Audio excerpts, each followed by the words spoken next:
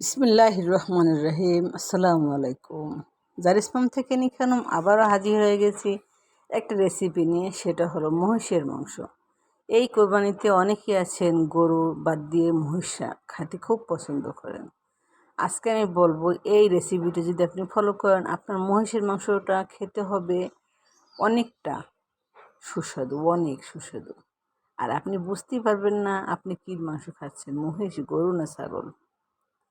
আর সেজন্যই আমার যে লেগেছে যে এগুলো, সেটা হলো প্রথম দিয়েছি 1 কাপ সয়াবিন তেল, তার ভিতর দিয়ে দিয়েছি 6 থেকে 7টি শুকনো মরিচ, এলাচি, দারচিনি দিয়েছি 8 থেকে 10টি।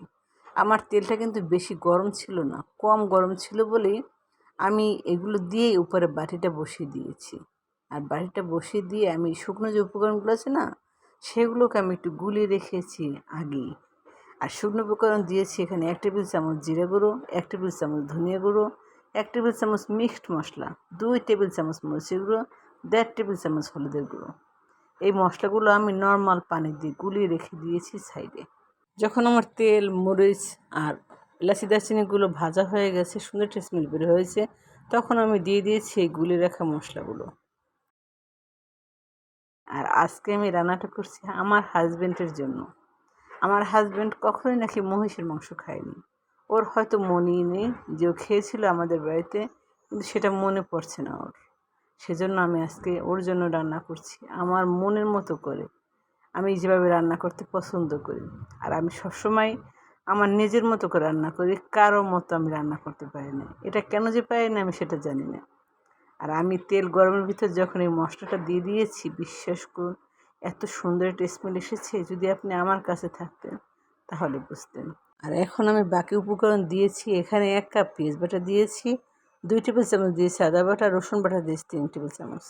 এগুলো আমি দিয়ে মশলাটাকে ভালোভাবে কষিয়ে নিয়েছি, সাথে দিয়েছি লবণ পরিমাণ মতো।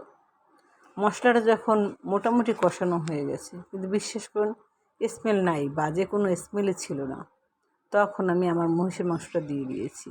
আর এই মশলার ভিতরে যে একটু পানি ছিল আর মহিষের মাংসটা দেওয়ার পর যে পানিটা বের হয়ে গেছে, তা দিয়ে আমার রান্নাটা কমপ্লিট। মাত্র 15 থেকে 20 মিনিট লেগেছে আমার এই রান্নাটিতে। আর যখন 5-6টা সিটি দেওয়া হয়ে গেছে, তখন আমি ইন্ডাকশনটা অফ করে রেখে দিয়েছিলাম। আর এভাবে রান্না করে এই কোরবানিতে ফ্যামিলির সবাইকে নিয়ে খাবেন মজাদার এই মহিষের মাংসটি। আর চাইলে আপনি এই রেসিপিটি ফলো করতে পারেন গরুর মাংস, খাসির মাংস বা উটের মাংসে।